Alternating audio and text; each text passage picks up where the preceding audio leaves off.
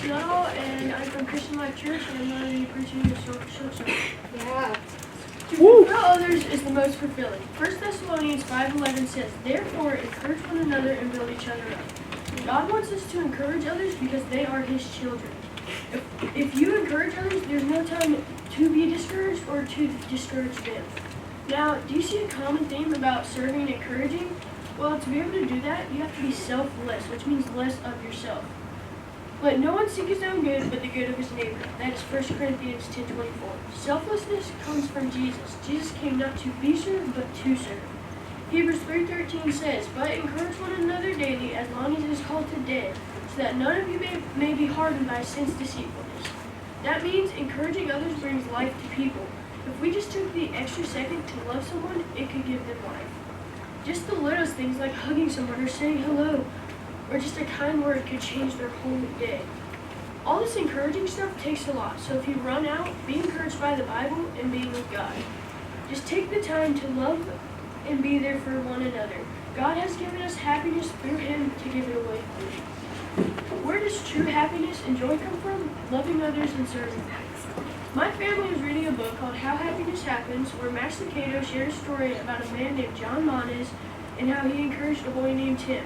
So Tim served popcorn at a movie theater, where during his break he would run across the street to get some food at a local restaurant. So then John Mones asked him why he didn't get much food. Well, the boy said he couldn't afford it anymore. So one night, John decided to take a bag of sandwiches over to Tim, and they struck conversation and became friends, which turned into a mentorship. He found out that all different things were going on in Tim's life, and John got to share some life lessons with him, along with, most importantly, he got to share Jesus. The 17-year-old Tim felt his life start to come together until John died at 37. It left Tim at the graveside of one of his best friends. The lessons for John were put to good use. Tim wrote a new purpose statement that said he wanted to have a positive effect on 1 billion people. Well, he's on his way to achieving it. Tim Scott was sworn into the U.S. Senate in 2013.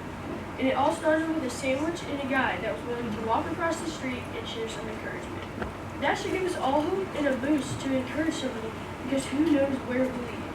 Now, we want to encourage, but what do we want to avoid? Discouraging.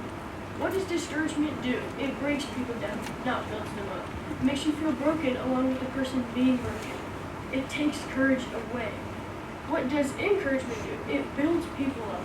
It makes people feel good along with you feeling good too. It puts courage in. Now, one time my little brother was discouraged when we were playing football outside with a friend. My brother started to run home because he was discouraged. So, as a good big puppy, I ran after him and encouraged him and told him that I was there for him and I gave him some tips on how he maybe could do better. And we ended up going back and had a super fun time. Not only did he feel better about it, I felt good about helping him and being there for him.